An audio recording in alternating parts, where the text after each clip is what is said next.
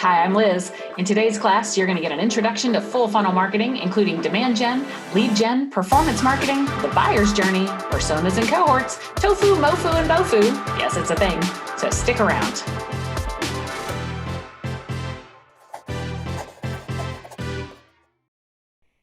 Well, hello there, and welcome to Hot University. My name is Liz Lathan. I'm Nicole Ashibodu. And we are so excited to welcome you to the Introduction to Marketing for Events. This is part of the Modern Marketing for Event Professionals course. This is going to be a 6-module class to get you familiar with all of the modern marketing and digital marketing concepts that you need to understand in order to be a better event professional. Because here's the secret. You don't need to be an expert in virtual events. You need to become an expert in digital campaigns and digital marketing, because virtual events are just digital campaigns. So True story. So this class is going to get you familiar with the terminology that your marketing colleagues have been using for years and make you more comfortable with producing virtual events and becoming a marketer to get the audience you need to make those successful. And of course, we're all going to get back together in person at some point, and these concepts are absolutely applicable to all in-person events as well. In fact, a fair number of slides that we're going to go through and concepts we're going to discuss are actually for in-person events. I have spent the last probably 15, 20 years in corporations on the corporate side of event management and event marketing, and was able to get an incredibly broad understanding of how the inner workings of marketing and sales work so that events could be part of that sales funnel and marketing funnel. And unfortunately, a lot of my teams didn't get that opportunity. So I really wanted to put this together to help my teams learn and grow and honestly step up the career ladder and make more money. Personally, I found that my event teams weren't making the same salary that their marketing colleagues were making. And so I wanted to make sure that they were speaking the same language of marketing so that they could be comparable as they grew their careers.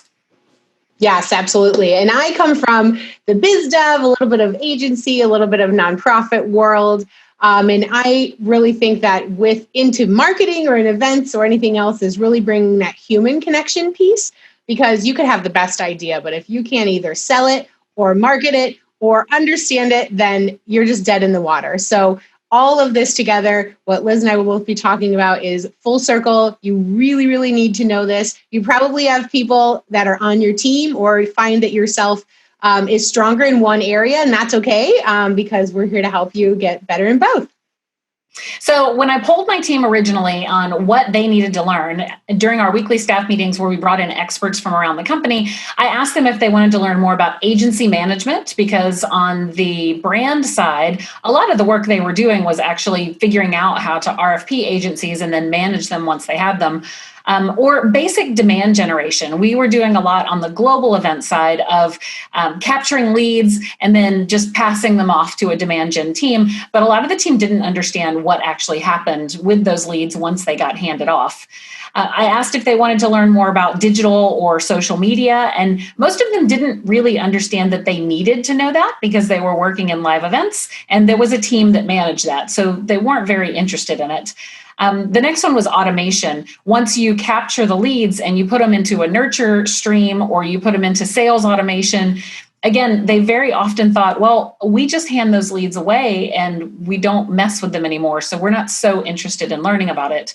Executive presence was one I thought would be valuable, as people need to be able to stand in front of their executives and give the update on upcoming events or pitch an event strategy for the future. They were much more interested in that. And then full funnel marketing. When I explained that in order to move ahead within the corporate organization, you need to understand all of the marketing principles, how events align to them so that you can build a strategic portfolio, full funnel marketing is where they really said, if that's going to give us the grand overview, that's what I want.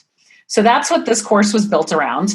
I kind of gathered some key phrases of what the team said they wanted to learn about, from performance marketing to marketing automation to APIs, omni-channel marketing, sales accepted leads, the whole gamut. So that is what this course is based on. Over the next 6 modules, you're going to dive deep into each of these. I would say you're not going to dive deep there. Swimmer, snorkeler, diver. We're going to go into the snorkeler level for all of these. And then perhaps in the future, we go to the diver level. But this should give you a swimmer and snorkeler level.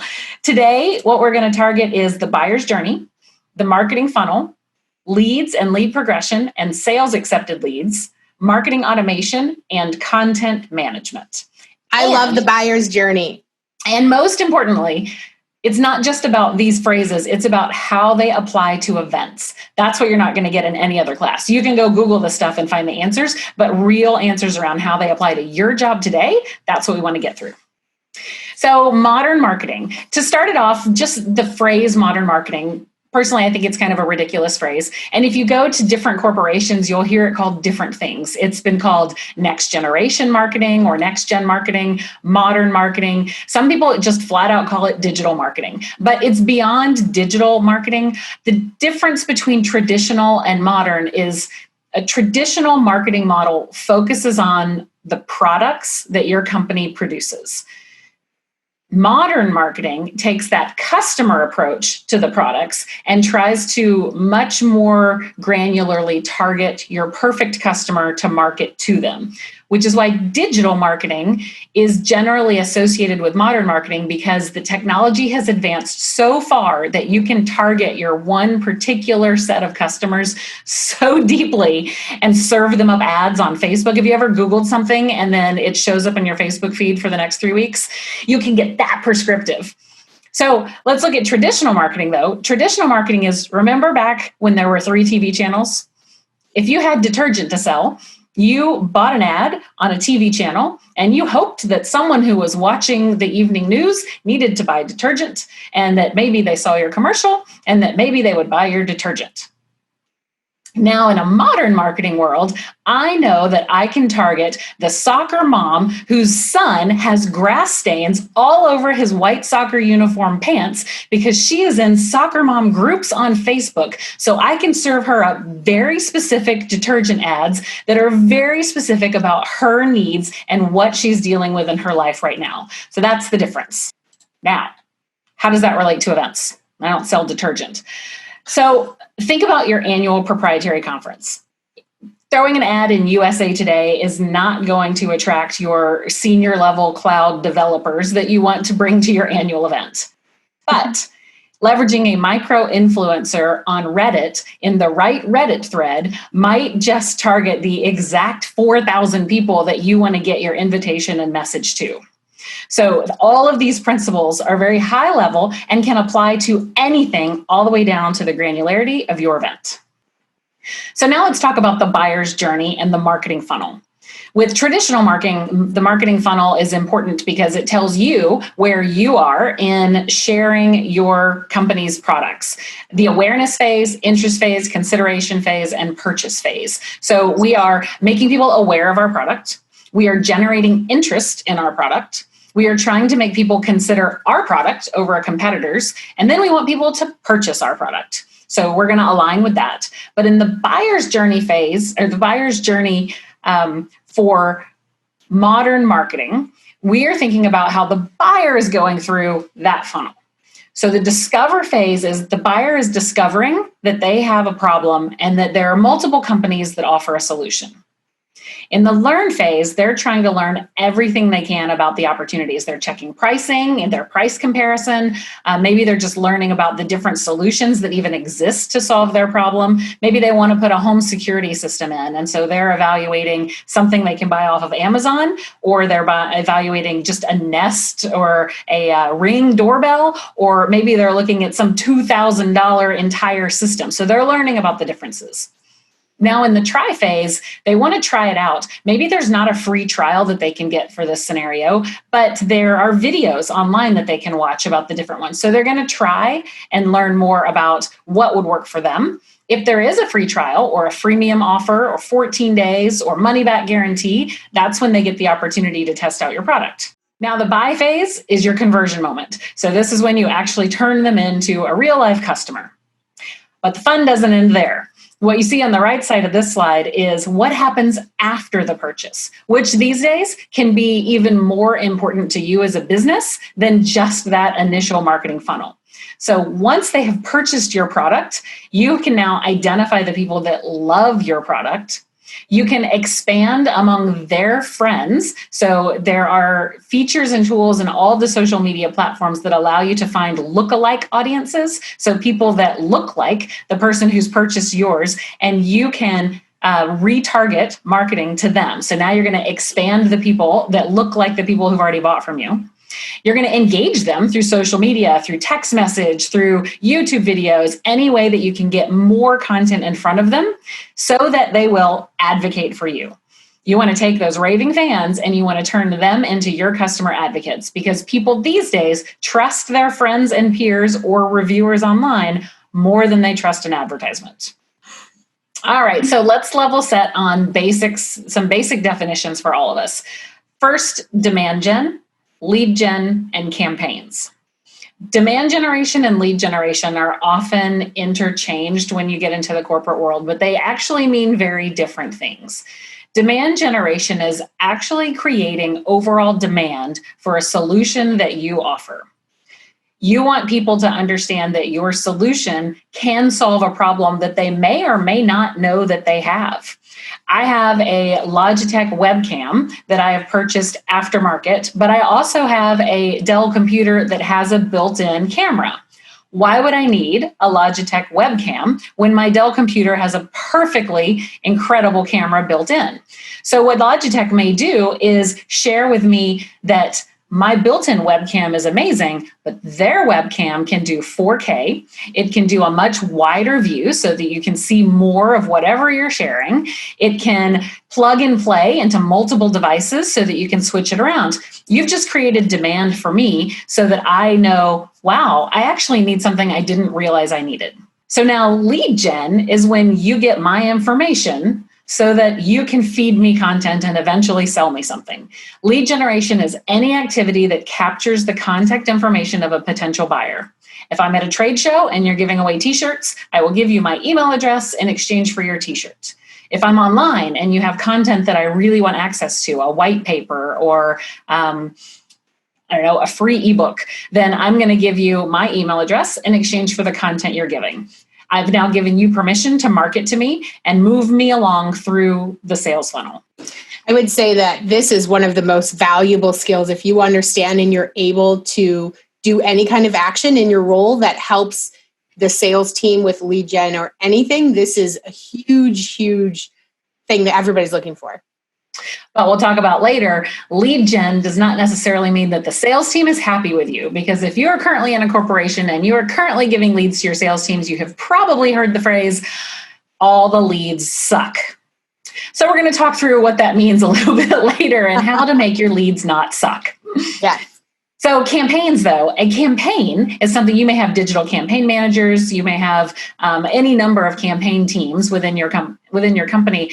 One of the things that I think you need to know about events is that events should be, if operated correctly, a moment on a campaign. Your event does not need to be a standalone instance where you get a bunch of leads and then it's all done. You need to work with your marketing teams to understand what the marketing campaign is that they're working on and how events fit into the campaigns. This is going to come in handy for you when you start building out your strategic event portfolio, understanding the campaigns that are going to launch next quarter, what third-party and proprietary events need to align to those campaigns, and how you're going to drive leads to them. So the definition of a campaign is a specific, defined set of activities that are used to market a product, solution, event, or any other type of activity designed specifically to capture leads. We'll be talking through campaign automation and some other things later, but just want to level set on those three. I've also used a few other words around events, so I also want to just level set on what those are. Basic definitions: a proprietary event. When you're in the corporate world, we often call them branded events or proprietary events. If you're in the association world, you may just call it an association event. But that means it's an event that you are putting on, your company is putting on. You control the audience acquisition, you control the content, you control selecting the venue. If it's a virtual event, you're controlling the platform that you're using. It is your event. A third-party event may also be referred to as a trade show. This is an industry event or someone else's proprietary event that you are buying space in or you are speaking at. So you're going into their home and you are trying to fish in their pond. Third-party events are the place to go when you need new leads, because generally, if you are throwing your own proprietary event, it's very hard to get someone who knows nothing about you and has no interest in your solutions to come to your event. But if they are already going to an industry event, you can go there and try to capture their attention. So that's great for lead gen. Now, an ancillary event is when you throw your own proprietary event at a third-party event. So you go to an industry trade show and you host a hospitality dinner, or you throw some sort of Topgolf experience where you are inviting your customers and maybe a few prospects that you got at that third-party event or that you know are there to your own proprietary offshoot. So a proprietary event that runs alongside that third-party event leverages the audience already being there, so you don't have to try to get them to your own event. Now, we have gone through some basic definitions and we've talked about the difference between traditional and modern marketing. And we mentioned that traditional marketing is really all about targeting your audience. So I want to talk through something called a cohort. A cohort is a segment of your audience. If you have a list of 5,000 people and you want to email those 5,000 people an offer, you can send an email to 5,000 people and probably 1% of them is really interested in the offer that you sent. You don't really know. We kind of call that spray and pray. That's just when you throw out as much content as you can to as many people. And honestly, that's traditional marketing. But with a cohort, you are able to segment your list of 5,000 people into like-minded, targeted, manageable groups. You could segment them by interest, by geography, by job title, by household income, whatever information you have on the people that have signed up for your list, you can segment them and be very specific. If you have a very targeted geographic offer, you're able to target them and really get a much higher interest and return rate by targeting specific groups. But now, what you really want to do is target specific people. So in the modern marketing world, we call it a persona. In the digital marketing world, they call it an avatar. This is when you identify your 3 to 5 perfect buyers. So my example here is I'm going to say I sell cloud computing and I am trying to increase the number of women in tech. And so my campaign is going to be to target women in tech that I want to bring into my proprietary conference. So my perfect persona that I've selected here is Molly. She's a working mom. She's a professional with a college degree. And I'm going to write out everything I think about Molly so that as I'm building out my campaign messaging, I have her in my head. So she's a female in her mid-30s. She's married with young kids. Her goals, she wants to advance her career. But she also, she has kids, so she's interested in volunteering. She's very involved as a parent, but she's very busy. Her challenges are that she's stressed with balancing work and life. So any message that I send to her should probably be targeted around something to do with time savings or making her life easier. She's also pretty money conscious. She's young in her career, so she's looking for things that are not going to break the bank. If she wants to advance her skill set, then she probably doesn't want a $5,000 certification course. She's looking for baby steps to help her get to that point. So now that you know who you're marketing to, this is where you start using full funnel marketing to craft your message at every phase of the journey. If you sell laundry detergent or if you sell e-commerce platforms, it doesn't matter. This framework is the same. So what I put on this slide for you on the left-hand side is what we talked about originally, the marketing funnel. And then in green, this is the buyer's journey. Full funnel marketing, literally all it means is aligning your message to every stage of the funnel of where your buyer is in their journey.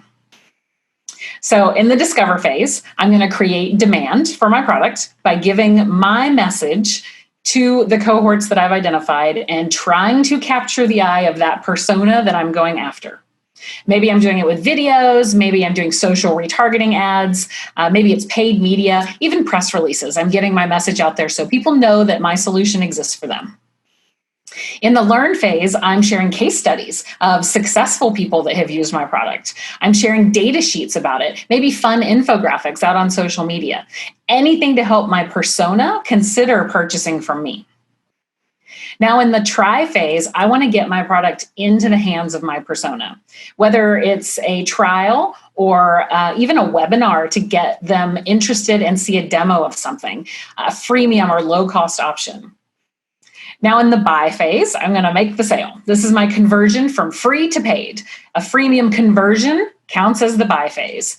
Training or education classes that they can take from you. Anything to get them to give you their credit card or to take that first step. And then once they've become a customer, they're now an advocate of yours. You can now keep that customer engaged after the sale with their certification offers if it's a software product, or training, or more downloads to the tool, or even inviting them to speak at your conference. That will get them loyal and engaged with you. I would say the advocate phase is the most powerful and underutilized stage of full funnel marketing in existence. I agree. But how does this relate to events? Therein lies the rub. Let's take an example. Full funnel marketing for a conference. So let's say I have my cloud developer conference and I'm targeting Molly because I really want to get Molly as a women in tech persona or cohort into my event. So in the discover phase, I'm going to send out a press release to any of the media that I know target women in tech. There are a ton out there, from the Huffington Post to the actual technology publications that are going to get their attention. I'm going to publish sizzle reels on my video, and I'm going to maybe do some interviews with some of the women in tech leaders in the industry about why my event is important to them and how it has helped them connect. In the learn phase now, I'm going to share actual video testimonials from last year about how my Women in Tech program worked and how valuable the networking was.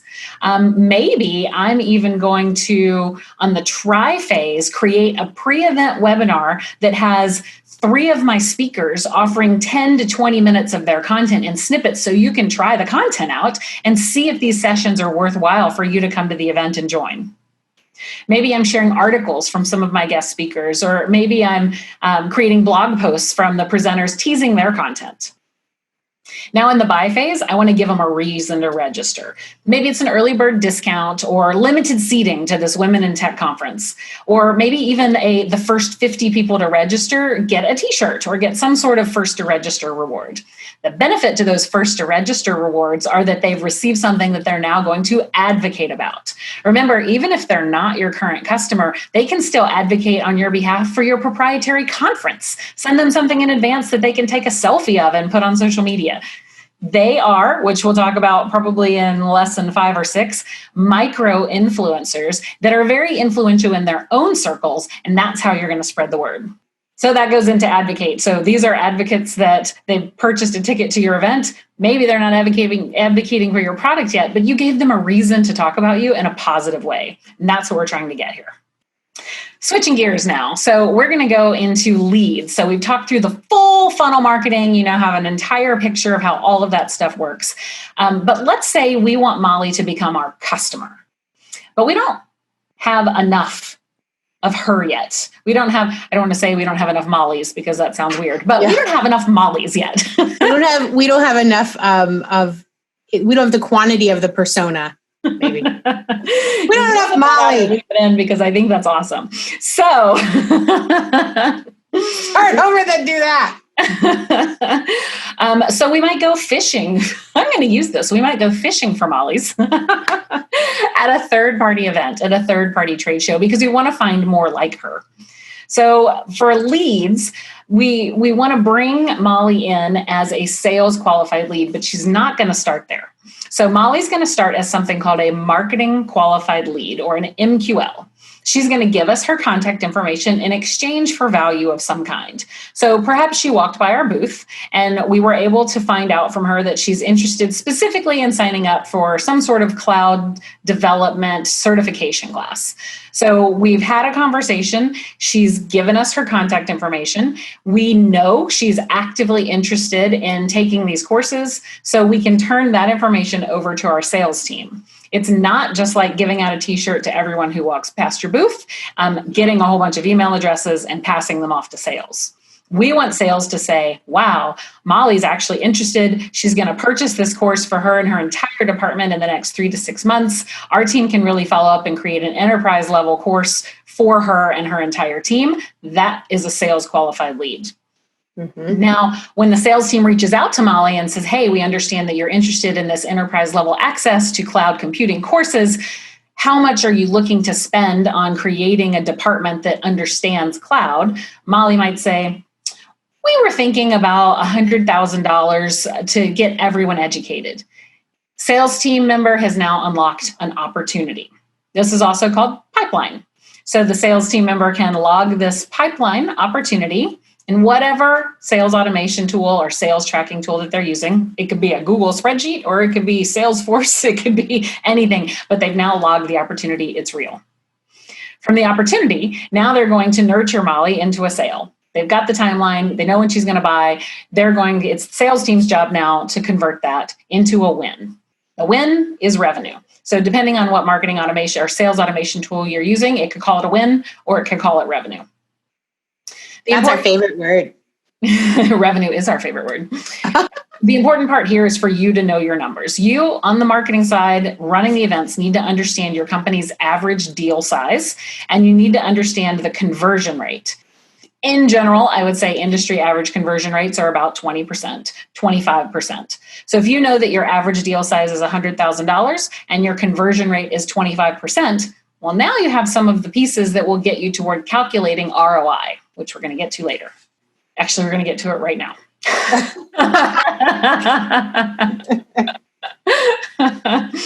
So, calculating ROI, this is the maths. So as you start looking through the ROI formula, it's actually quite simple. ROI simply equals your net profit divided by your total investment times 100. It's pretty easy to do. If you know that the average conversion rate of leads to sales accepted validated leads is 5%. So that means, let's say you got 100 customers and sales is going to accept 5% of them. Well, you know how many leads you need. That's 5. Now, the average conversion rate is 25% in your company, and the average deal size is $100,000 at your company, and you're going to go put together a big trade show booth at this third-party event. It's going to cost you $200,000. So you're simply going to work the math backwards. You now know that in order to have ROI positivity, you want to have an ROI positive event, you're going to need 200 leads to convert to 10 validated leads, which converts to 2.5 sales with an average of $100,000 deal size, that means that event got you $250,000. You spent $200,000 running the event. So your ROI is $50,000 divided by $200,000 times 100, 25% positive return on investment. Now, just in verbiage, like I mentioned, there's a difference between demand gen and lead gen, but people use them interchangeably. Sometimes people will call this ROI number 125% ROI, implying that they made their money back 100% and went 25% over. So the math is, mathy, but just so you know, this is how you would actually calculate it.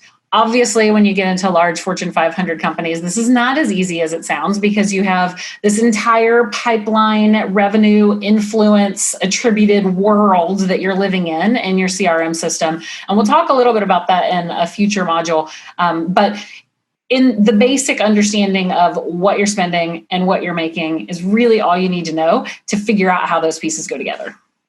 We have a worksheet that's a calculate your event ROI worksheet, which again, this is kind of a simple version of how you would calculate your ROI. So you get this as a part of the course and we'll send that out to you. But now how do you track leads? So you scanned all those leads in your trade show booth or you held your virtual event and all these people registered. By the way, all of those people are leads. The answer is technology. And again, whether it's a spreadsheet or Salesforce.com, you are just using some sort of technology that is not a fishbowl full of business cards to track where your leads are going. Automation is relatively new. Salesforce automation was the very first type of automation to come around in about the 2000s, early 2000s. Salesforce, SAP, Oracle, Microsoft Dynamics, these were among the first for sales teams across their companies to be able to consolidate and centralize the conversations they were having with their customers. It allowed for visibility and accountability for the sales activities. They're able to track their leads from when they first became a lead and had a conversation all the way through the ability to close that lead. And this is where sales is able to create sales operations teams and much more accurately forecast sales revenues and sales pipelines and give quotas, because they're able to see the progression of these leads and understand how long it really takes their sales team to close a deal. Now, in around 2005 is when marketing automation came about, as the marketing team started using all of the sales team's tools and going, wow, well, if we're having all these people come to our events, but sales team is dismissing 50% of the leads we're giving them, what's happening to the rest of those leads? The sales team accepted half of them and they're working on them, and the other half they just threw in the trash. Are you kidding? So the marketing teams now want to grab those other 50% and nurture those leads to eventually become a sales accepted lead. Maybe somebody got your t-shirt at your booth, but they don't necessarily want to buy it a day, but they wear that shirt every weekend when they take the dog for a walk. And they've had it in the back of their head because they had been looking for cloud certification courses. I don't know why I'm carrying this example all the way through. But so they start thinking, I really like this company. And maybe one day they get an email that says there's a special, there's a discount, there's a free class. Now they've been nurtured to the point that they're interested in you again, and they can become a lead, a qualified lead by sales. So marketing automation became a thing. So the marketing automation examples early on, Marketo, Eloqua, HubSpot, Pardot, most of these have been snapped up by the large marketing or Salesforce automation tools because obviously they go hand in hand. But this now allowed the marketing teams to consolidate and centralize their demand gen operations, bring the leads in, push them through to sales, nurture the ones that don't go to sales yet. Brilliant. Now, in the last 6 years or so, content automation has come about because now the marketing teams have become content generation machines, pushing out those infographics and those videos and those white papers and all the stuff that you're finding online. It's getting unbearable, the amount of content that they have to manually post. And now content automation. Companies like Curata and Kapost and ClearSlide and Outbrain now allow you to consolidate and centralize your content because those content pieces are intended to generate leads. You are providing information of value in exchange for an email address. That just became a lead that goes into your marketing automation that now becomes a sales qualified lead into your Salesforce automation. The ecosystem is magical.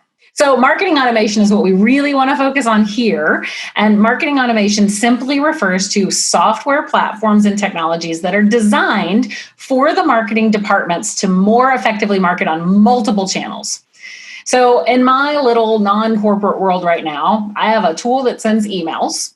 I have a tool that manages my social media.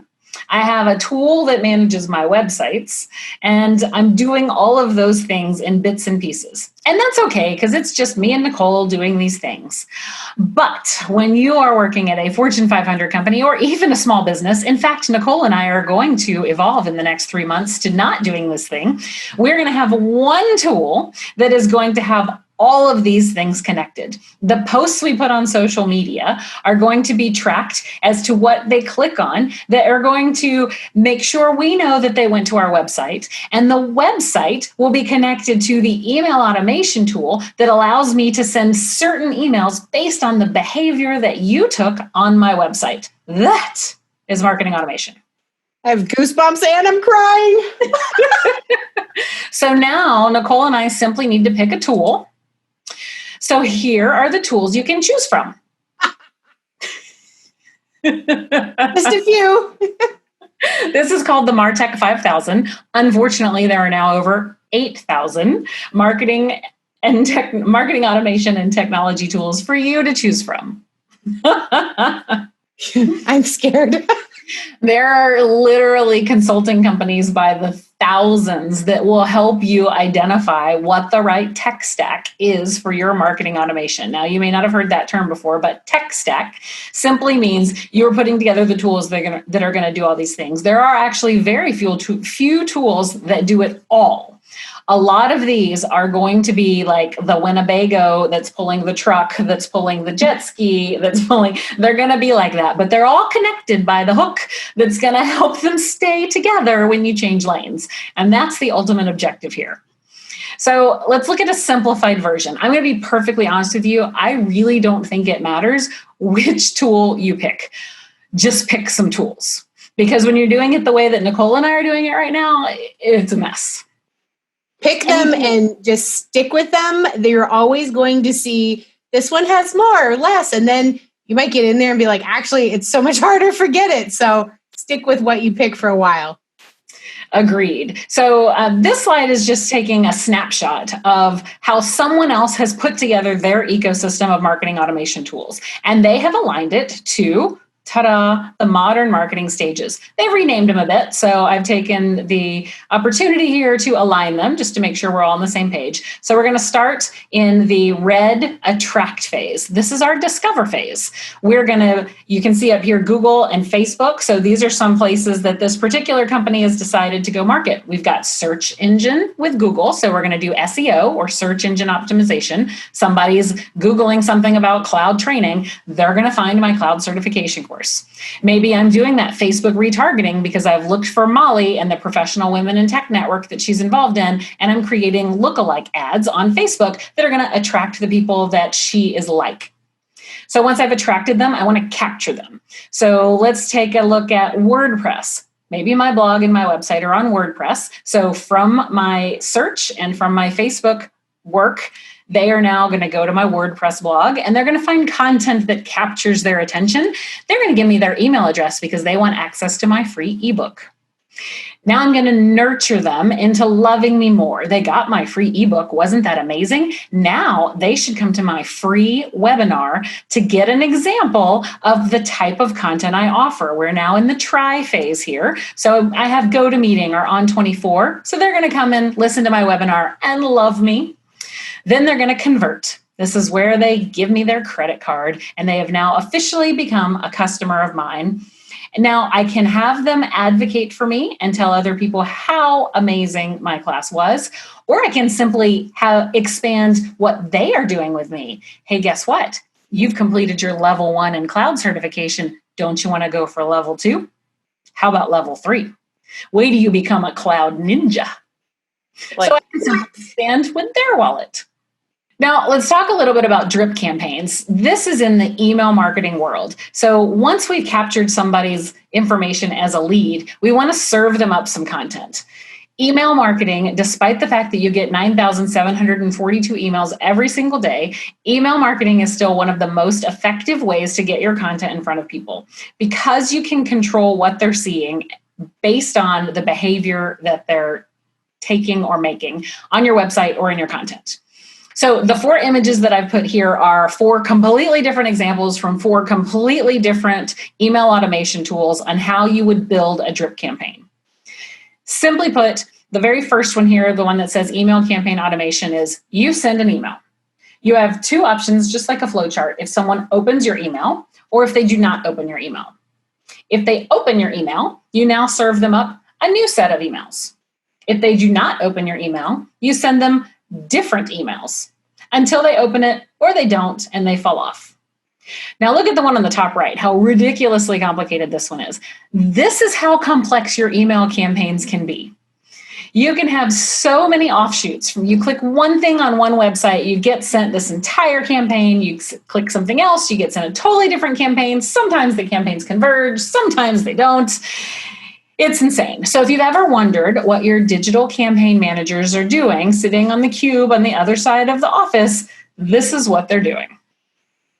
If they don't understand the top right, then definitely stick with top left. So here's my sample, just to break it down. Let's say that I am trying to get you to take my modern marketing class. I'm going to have you give me your email address to sign up for a 5-day modern marketing email course. You put your email address in the tool. It's going to automatically put you in this process so that on the very immediate first day one, you get a thanks for signing up to the class. Here's lesson number 1. On day 2, it is already scheduled to time to give you your day 2 lesson. This proceeds all the way to day 5, and on day 5 it says, I hope you like this content. Would you like to sign up for the full webinar? And on day 5 you say, why, sure I would. And you click that link and you come to my webinar. Now, when the webinar is over, because it's an automated webinar, or maybe it's not, maybe it's in person, if you showed up, I'm going to send you a thanks for coming, webinar completion, thank you email. If you didn't show up, I'm going to send you the no-show email, which is, oh, I'm so sorry we missed you. Here's a link to the replay. Either way, I'm going to loop you to, hopefully, the webinar completion email, at which point I can thank you and I can send you links to join my community, to give you my strategy blueprint, to give you my ROI calculator, and maybe a discount for another course. Very simple, all done through marketing automation. Set it up once, sit and forget. Okay, now we have made it through the full funnel. And we have talked a little bit about content. Let's talk about how your content actually aligns to the funnel a little bit more deeply. So on the left-hand side, again, you see the marketing funnel of awareness, consideration, purchase, and retention. On the right-hand side, you see a variation of that that's a little bit broader for content marketing purposes. Brand awareness content, lead generation content, and nurture content. These are all still going to align with where you are in your buyer's journey. In the discover phase, I'm going to create content that is helping my buyer with educational information just to help them grow the knowledge that these solutions exist. We want to create an understanding that we have a solution for a problem they have, or we want to let them know that they have a problem they don't even know about yet. So these are tip sheets. These are free white papers. A tip sheet example, maybe you're a dentist and you're going to put together an example of 10 ways to make your teeth whiter by Friday. Well, I didn't actually think that my teeth weren't white enough, but now you've made me think that I might have a problem. So I'm going to click on this and go, wow, I have a problem. So now I know that dentist A is telling me how to do it. Are there other dentists offering me this stuff? So now I'm going to go out there and start exploring what dentists are telling me how to make my teeth whiter. Maybe I'm signing up for a free e-newsletter about all the ways my teeth can be more perfect at this point. So in the learn phase, I've started Googling, I've started searching for dentists, and I am looking for information. Maybe my dentist has a free 15-minute webinar on how to use your normal toothbrush and your normal toothpaste to get cleaner teeth. What? That's amazing. I'm learning all about this stuff now. I'm watching videos. I've got a whole buyer's guide. My dentist has actually put together 7 of his favorite toothpastes and tells me which one does what for the exact problem I'm having with my teeth. Amazing. So now in the try phase, maybe my dentist is actually partnered with somebody to allow me to get a free tooth whitening kit. Or maybe my dentist is moving me into the buy phase with a discount to come into the office and get my teeth whitened professionally. Haha. See how that just happened? Now I've gone to the dentist. My teeth are perfectly white, and they're not too white. They're not like purpley glowy like they, how some of them, you've seen those. They're I hope you don't have purple glowy teeth. You've seen the purple glowy people. They went a little too far with the UV lights. Yeah. So this dentist does it right. I am a huge fan. People keep complimenting me on my sparkly white teeth. So I'm going to advocate and say, why, yes, you should go to my dentist. He's amazing. His whole team's incredible. And guess what? I now also picked up some dental floss business cards. They have the dental floss built in when I was at the dentist office. And now I'm handing it out to everybody because my dentist is the best. Look at how that content drew me in and made a sale. They let me take 5. So then you can hand them out. I actually do. I grab as many as I can. I do love my dentist. Her name is Dr. Helen Ragsdale, and she's in Austin, Texas. Like, are these free? All right. But with all this content you're creating, you have so much information, so much value to share. When do you give it away for free versus when do you make people give you their contact information to access it? This is called gated content. You are gating it and creating a barrier that people need to give you contact information in order to gain access to your extremely valuable content. I found this cute little flow chart from HubSpot online, so I snapped it in here. I love it. This is my favorite part. Should I gate or not gate my content? Question number 1, is your content any good? Because if it's not, you should either delete it or not gate it. Does it suck or not? Yes. No. I really love this one, and it's so true. So if it's really good content and it's something like an infographic, you probably don't want to gate it. You want that out there to get people's attention and draw them into your content. If it's a blog post, you want as many eyeballs on that blog post as you can possibly get, so you don't want to gate that content. But if it's a webinar, something that they're going to invest their time in and something that you've invested a lot of time in creating, you want to capture their contact information. You might even charge them for it. There could be a charging gate there, but you want to capture their info because they are officially a qualified lead. They just qualified themselves because they were willing to give you an hour of their time. Gate that content, get their info, give them the information that they signed up for, and now nurture them. How does this relate to events?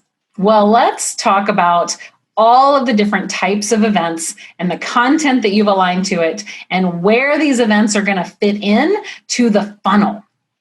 So let's look at your third-party industry show. I mentioned before that you are fishing here, basically. This is where you're looking for new leads. People are in the discover phase when they go walk around a trade show floor. They are trying to find solutions to problems they have, or they are trying to find problems they didn't know they had. They're exploring. So your content in your trade show booth needs to be targeting people that either don't know they have a problem or are looking for a solution like what you offer. So this is how you're going to align your content to that. Are you going to gate it or not? In your trade show booth, you're probably not going to gate your content, but you may gate whatever you're giving them. This is your t-shirt, your free demo, your hands-on lab. Capture their info by scanning their badge and then let them into the content. Thinking about your virtual events that you're running right now in the discover phase, this is where you take your content to another third-party event. You get on other people's podcasts. You present in someone else's third-party event with either on-demand content or you get on a panel discussion. This is for people to start discovering who you are, what your solutions are, and what value you provide. Now into the learn phase. This is where people are really interested in, hopefully, your company, but they may be interested in just the solution in general. So on the in-person events, a roadshow is a great opportunity for this learn. This is where you're bringing people in that now know you, they are interested in you, and you're going to teach them more about your products and your solutions. A roadshow example for a virtual event would be your proprietary webinar. So you're getting people out there that have heard of you. They're going to invest 45 minutes to an hour with you, low risk, so they can come in and learn more about what you're offering. Your try phase is your proprietary conference. So people can come in and go to hands-on labs. They can come in and join groups of people that are already either customers or very close to being customers. You may invite prospects into these experiences so that they're around your happy customers and hearing all the wonderful things that you do. When you are thinking through your virtual events, this try phase, again, the webinars can now become a lot more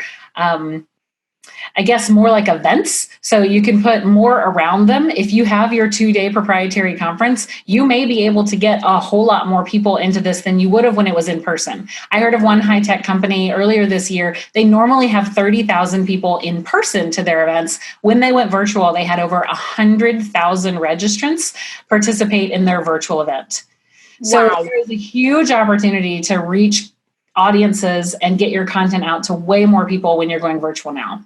This is why I personally believe that in the future, when we come back to meeting in person and we're still doing virtual, the hybrid event model is going to change significantly. We're going to get so much more reach. Now, the buy phase. You have customers that are ready to purchase. This is where at your events, you're going to be doing your one-on-one meetings with executives. You're going to have your hospitality events. You're going to take people out to small group dinners. This is where your Top Golf comes in. You're courting people now to the purchase. Hands-on workshops are a great one for people to really get in there, decide that this is something that they want, and now they're going to go make that purchase. I call that the schmooze. Now, loyalty, these are people that have purchased, and now you want them to love you. You want to bring them along the journey. You want to expand within their company, and you want them to tell other people. So these are your user groups, your meetups, all of the fan base that you have for people that are using your products and solutions. Online, these are going to be, you can do think tanks with your participants. Other loyalty events may be field events when you bring them together for your bourbon tasting, or something that you're going to just kind of nurture that relationship along and make sure that you're still top of mind. Your advocates, these are your influencer programs. These are your, again, with your user groups and people that are going to tell other people. You may even be rewarding your advocates and your influencers with product or with content that they can share to their audiences. So now that you've got all of this incredible basic knowledge of the marketing funnel, the buyer's journey, and how they align to the funnel, we want to give you our event marketing blueprint. So this little 2-page worksheet gives you all the definitions that we went through, and then it gives you the worksheet to start marking down the events that you're going to and aligning them to the funnel. Not only will this help you evaluate if you should even be at that event, but it will help you evaluate what content needs to happen at those events. Remember, if you're at a third-party trade show, where are you in the buyer's journey, and what content needs to go in your booth? You should laminate this. This is a great one. It's very handy. I've built, I don't know how many strategic portfolios over the years, and I always turn back to this. I mean, I paid agencies hundreds of thousands of dollars to make my strategic event recommendations to me. And then I was like, I can just do this myself. And so once you start aligning it here, also agencies make my slide pretty, but I can do all of this stuff. Or if you would prefer to have an agency do it, we can help you with it, because now I know how to do it. But now so do you. So it turns out we even talked about a lot more than I initially intended to talk about today. We talked about demand generation and lead generation. We went through the buyer's journey and the marketing funnel. We talked about cohorts, personas, avatars. We talked about campaigns, leads, lead progression, sales accepted leads, which is super important, calculating our event ROI, gated content, and marketing automation. With the information that you have learned today, you now can leverage your marketing personas to design your event experience for your target customer. You can advise your marketing and content teams on how you can use third-party events to acquire leads. You can now balance your event portfolio for acquisition and development customers because you know where they are on the buyer's journey. You can now align your marketing content to your event portfolio based on the marketing funnel.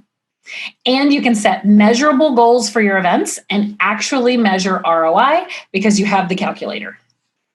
Wow. So that was pretty solid for your first week, I would say. That's pretty good. Yeah. Most people don't even know half of this, so they're not ready. And this is 1 of 6. This is 1 of 6. So you can see here, this is the stuff that we've kind of knocked down. What I didn't get to today was tofu, mofu, and bofu, which is a really fun one. We're going to talk about that next week when we talk through performance marketing. So next week, here's what you're going to get. We're going to talk about personas and then empathy maps. We're going to talk about narratives, which is where empathy maps come in, campaigns, qualifying leads, and lead scoring. So your sales team does not tell you that all your leads suck. We're going to talk about opportunities and wins, and then we're going to get through all of those, as I like to call them, TLAs, 3-letter acronyms, like AQL, MQL, SQL. There's a couple of 4-letter acronyms in there too, but we're going to hit them all. And then coming up, we've got digital marketing in week 3, strategic event marketing in week 4, using these tactics for your events in week 5, and finally creating the perfect audience acquisition blueprint.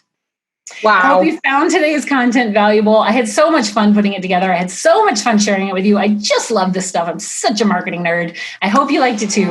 And we will see you next time. Bye.